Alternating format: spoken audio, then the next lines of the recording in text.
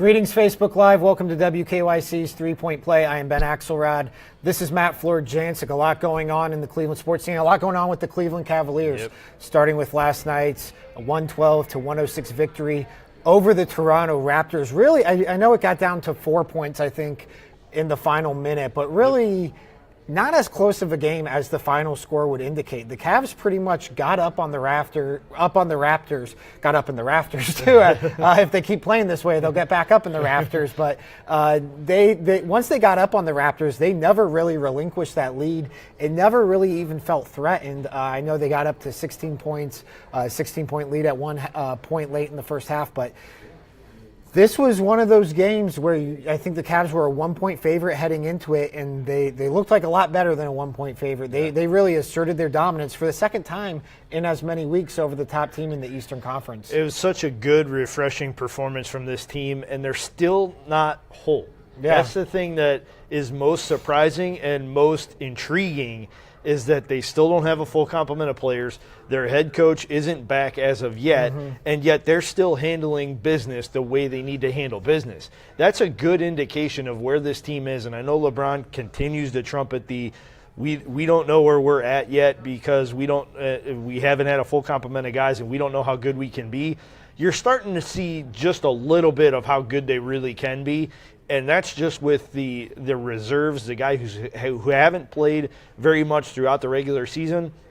Now they're getting mega minutes in games that they need to win, and they're performing. Jose Calderons again looked fantastic last night. 19 points. He was plus 27 in 26 minutes on the floor. The Cavs outscored the Raptors by 27 points when Jose Calderons was on the floor. Just a fantastic effort all the way around, much needed because it allowed them to keep a half-game lead over the Philadelphia 76ers, and it actually blossomed their lead over the Indiana Pacers to 2 games. Yeah, it's Jose Calderons is so fascinating because you wonder what they're going to do with this guy when they have to trim that playoff rotation down, because at this point, I mean, he completely torched the Raptors yesterday. Yeah. And this was a team that even as recently as a month ago, they went through a stretch where they lost 3 of 5 games before they returned from that road trip out west. And it seemed like any little bit of adversity, whether it was Kevin Love or an injury like George Hill's or missing Larry Nance and Rodney Hood for a couple of games, it would completely knock them off kilter. And for whatever reason, now they lose George Hill, no problem. Jose Calderons steps in. They make the change last night right before the start of the game where they moved Jeff Green into the starting lineup over Larry Nance Jr., and it works seamlessly. I know you've written about it before, but really the big difference between now and a month ago to me is this team's ability to overcome adversity. Yeah, resiliency is never underestimated in an NBA setting, and with this team, it's been their calling card really since they rebuilt the roster in February. They've been able to answer the bell during some very difficult times, and especially in these last 3 weeks when they needed wins badly to separate themselves from the pack, they've been able to handle their business and do so impressively both on the road and at home. They've sent messages throughout the season to the top teams around the league. Some of them have been very bad messages, and some of them have been very positive. As of late, they've been fantastic because they let the Raptors know, hey, you may have a 7.5-game lead on us, but you still have to go through us to get where you want to go. And that's not going to be easy. I think that was the message they sent when they played them 2 weeks ago, and that was the message they strengthened last night with that second victory over the Raptors. It's funny, though, you look at the standings, and they are still a half game ahead of Philadelphia. And it seems like we've been talking about for a month now. They are a half game ahead of Philadelphia. They're a half game ahead of all these teams for the 3 seed.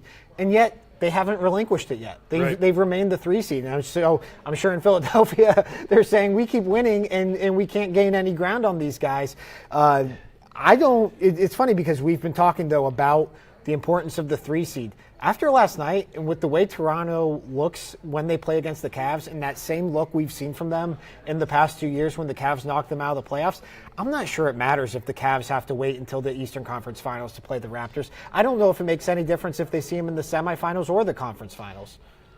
With the current construction of the Cavs roster, and given the struggles that the Raptors have had in recent years against the Cavs in the playoffs, I would 100% agree with you that whenever they get the Raptors, they're going to be able to flip that switch again, and they're going to put that doubt into Toronto's heads very quickly. This is a team that got swept by the Cavs last year, and they didn't really overhaul their roster as much as the Cavs did. Right. And the Cavs are still handling their business against them and doing so handily.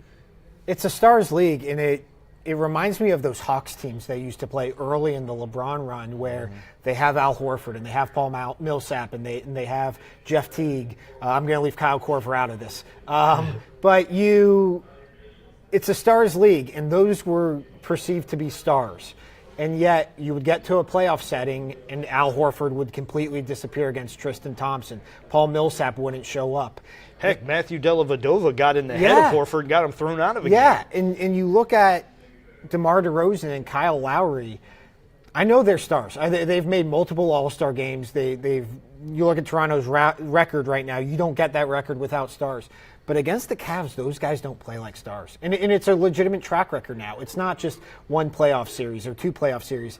This now, you add in these two games, the Cavs are in the Raptors' head. And I don't necessarily always buy into that narrative, but I think you have enough of a track record now with double-digit games between these two teams where the Raptors' quote-unquote stars do not look like stars, and the Cavs stars and then their role players look even better than they usually do. Yeah, I mean, we're talking about Jose Calderon having a fantastic game last night. Ex-Raptor. He was going against Kyle Lowry and DeMar DeRozan. Yeah.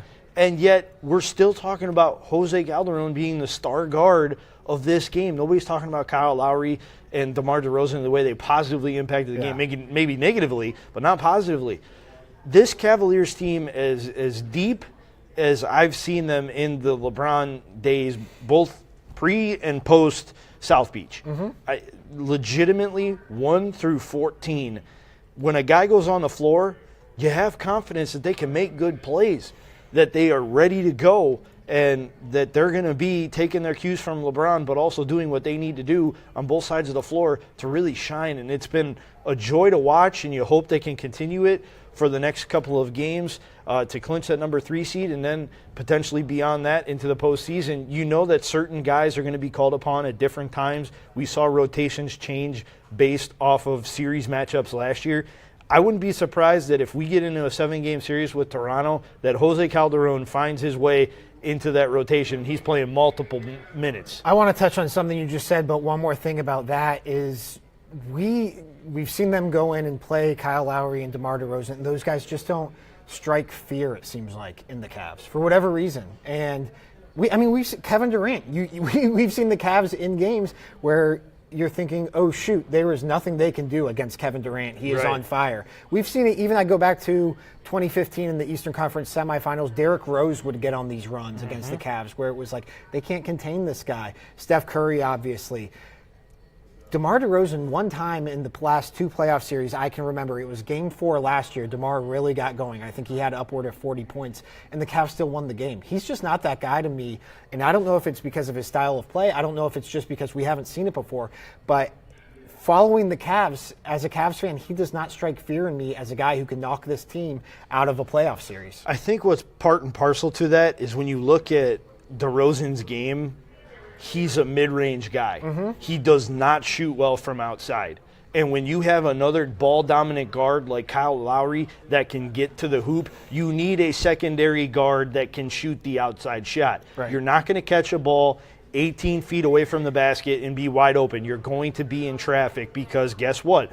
Everybody has collapsed on Lowry. You're going to have to find a way to make plays outside of the arc. That's never been a strong point in DeRozan's game, and that's why even when he is scoring, he does not positively or negatively impact the Cavs because they know that his game is from 18 in. And when you're trading 3s against 2s, you're looking very good, and the Cavaliers have been very adept at shooting the three-point ball against the Raptors. In the last 2 games, they've made 28 threes against this Toronto team. 2 weeks ago it was 15. Last night it was 13. They can flat-out shoot the 3 ball against Toronto, and that is a nail in the coffin of the Raptors if they can't figure out how to defend the 3 ball. George Hill is still out. Larry Nance, it seems like they're still tinkering with that LeBron, Larry Nance Kevin Love front court as far as how often they want to use it. I think they know they have that at their disposal, but right now I think they're averaging around 16 minutes on the court together. I would imagine that would expand come the playoffs. The two other guys, though, they acquired at the trade deadline, Jordan Clarkson and Rodney Hood. They seem to be coming into their own. I know you've written about Jordan Clarkson and what he's able to provide as that super sub off the bench. But Rodney Hood, in that starting lineup, you start to see him get more aggressive. He is pulling up. You talked about a mid-range game. That's something maybe the Cavs were lacking prior to the trade deadline. We know they can shoot the three. When he gets in there and gets aggressive, he can be instant offense as well. And that is something that with the struggles of J.R. Smith in the starting lineup throughout most of the season, this team has been sorely lacking. It seems when they acquired the guys that they did at the trade deadline, the one word that kept getting tossed around these guys that they needed to do more was be aggressive. George Hill had it, and Rodney Hood had it attached to them. Hood has really stepped up his game as of late. He looked fantastic last night. He's basically filling a role that they vacated by trading away Kyrie Irving. Kyrie was extremely good at the mid-range game. He was also a fantastic shooter from three-point range, but he had really worked on developing that mid-range part of his game. When the Cavaliers dealt him, they didn't have anybody to take that spot in the mid-range. Now they do. They have Rodney Hood, who can shoot the ball from outside. He can drive to the hoop. He can pull up at the free throw line. Rodney Hood can do everything that the Cavaliers need and will ask of him in the postseason, and it's good to see him take that aggressive approach where he's finally starting to come into his own and say, hey, these guys, they're passing me the ball because they trust me to make plays. I'm going to go make them for them. Real quick before we get out of here, Tyronn Lue, according to multiple reports now, is going to be back with the Cavs in his normal capacity as the head coach of this team. He's been with them on an observational basis since last Friday. He is going to be back with the Cavs as the head coach beginning tomorrow against Washington. They have a crucial back-to-back against Washington and against Philadelphia to close out the week, and then next week a home-and-home with New York. But something I just wrote about on WKYC.com, I think Larry Drew deserves a lot of credit for the way he's handled these last 9 games. They went 8-1 in the stretch. I know LeBron's been playing completely out of his mind. I know Ty Lue has still been involved in terms of being the CEO portion of being the head coach. But they have not missed. Not only have they not missed a beat, they have, I think, taken steps forward as a team in these last 10 games. And Larry Drew, at the very least, did his job in what could have been a very tumultuous time for this franchise. I don't want to seem like I'm taking a run at Tyronn Lue and saying that it was good that he was out by praising Larry Drew, but I'm going to praise Larry Drew anyway and say this guy did a hell of a job coaching this team. It was a rough stretch with a lot of playoff teams on the schedule in games that you needed to win to maintain your position, and they didn't just win a good chunk of those games. There were a lot of double-digit wins in that stretch where they looked really, really good at times, and they've played close to 48 minutes of solid basketball. That has not been the case for this Cavs team for a good chunk of this season, and to see this come together and really unite when their head coach went down and when they were dealing with other injury problems really speaks to a couple of things. It's Larry Drew's ability to relate to the players and how they responded to him, and also the leadership that LeBron has provided on the court. Yeah. He has been the emotional heartbeat of this team, and he got everybody to buy into this Larry Drew thing and literally next man up, even if that means you're a coach. Yeah. And they went on a run that has been memorable and critical to their postseason aspirations. At the right time of the season. You just look at that day. It was March 19th when Tyronn Lue announced he was stepping down. They had a game with Milwaukee that night. In Toronto 2 nights later, they were coming off a road trip in which they had lost 3 of the previous 5 games. These last 2+ weeks could have gone a whole lot worse than they actually did, and now it looks like the Cavs are peaking at the right time. We'll see if they continue to peak at the right time heading into tomorrow's game against Washington. Matt will have you covered on all of that. I am off to New Orleans for WrestleMania, and then I'll be back gearing up for the Cavs playoff run. So for Matt Florjancic, I'm Ben Axelrod. Thanks for watching WKYC's 3-Point Play.